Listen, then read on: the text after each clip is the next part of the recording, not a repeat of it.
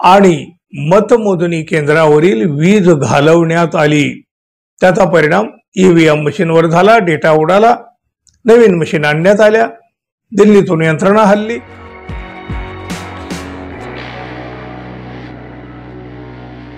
मित्रहो नमस्कार।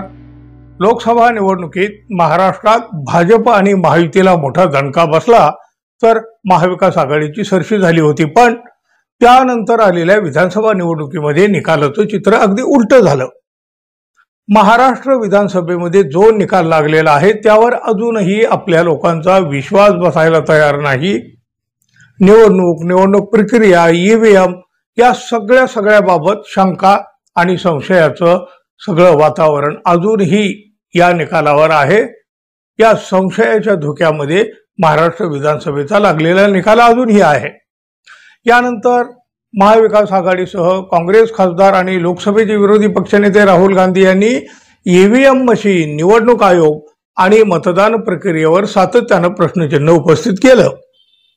पुन्हा एकदा राहुल गांधी यांनी महाराष्ट्रात विधानसभेची मॅच कुणी फिक्स केली अशी विचारणा करीत निशाणा साधला। यावर उद्धव ठाकरे गटाने प्रतिक्रिया देताना पंतप्रधान नरेंद्र मोदी यांच्या वाराणसीतील विजयावर देखील प्रश्न उपस्थित केले आहेत। महाराष्ट्रात झालेल्या निवडणुकीच्या प्रक्रियेविषयी मी 3 फेब्रुवारीला संसदेत दिलेल्या भाषणामध्ये आणि त्यानंतर पत्रकार परिषदेमध्ये चिंता व्यक्त केली होती। देशात झालेल्या निवडणुकीविषयी मी त्याआधीही संशय व्यक्त केलेला आहे। प्रत्येक निवडणुकीत प्रत्येक ठिकाणीच गडबडी होतात असं मी म्हणत नाही, पण जे घडलं आहे त्याकडे दुर्लक्ष सुद्धा करता येणार नाही। मी छोट्या मोठ्या गोंधळाबद्दल बोलत नाही, तर आपल्या राष्ट्रीय स्तरावरील संस्थावर ताबा मिळवून केल्या जाणाऱ्या गैरप्रकाराबद्दल बोलत आहे।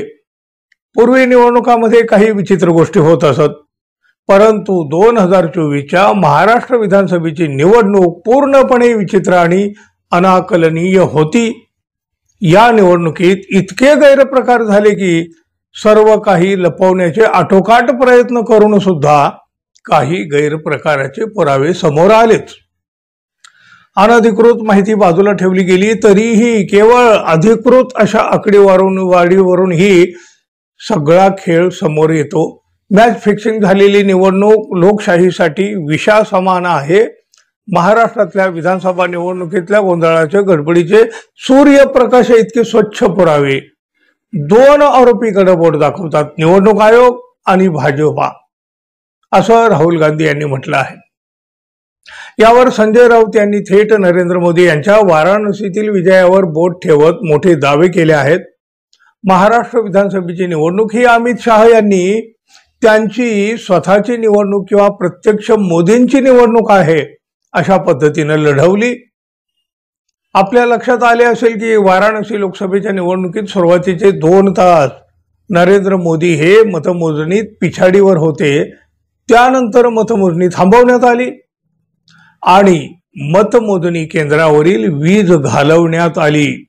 त्याचा परिणाम ईव्हीएम मशीनवर झाला, डेटा उडाला, नवीन मशीन आणण्यात आल्या, दिल्लीतून यंत्रणा हल्ली। वाराणसीतून मोदींचा जवळजवळ पराभव झालेला होता। 2 तास या लोकांनी गोंधळ घातला, मतमोजणी हायजॅक केली, असा मोठा आरोप आता संजय राऊत यांनी केला आहे। तोच प्रकार महाराष्ट्रात झाला। राहुल गांधी आणि आम्ही सगळे म्हणतो त्याप्रमाणे महाराष्ट्राच्या निवडणुकीचा विजय चोरलेला आहे, हायजॅक केलेला आहे। निवडणूक यंत्रणा ताब्यात घेतली। शेवटच्या 2 तासामध्ये 60 ते 65 लाख मतदान अचानक वाढवण्यात आले।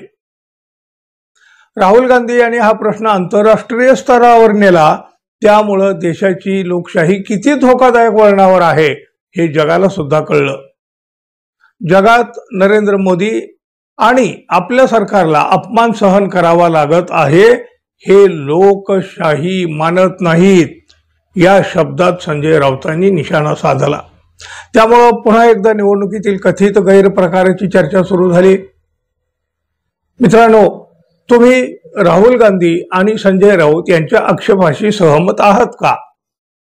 मित्रांनो, तुमची मतं ही खूप महत्त्वाची असतात, कारण मतदार असता तुम्ही सुद्धा।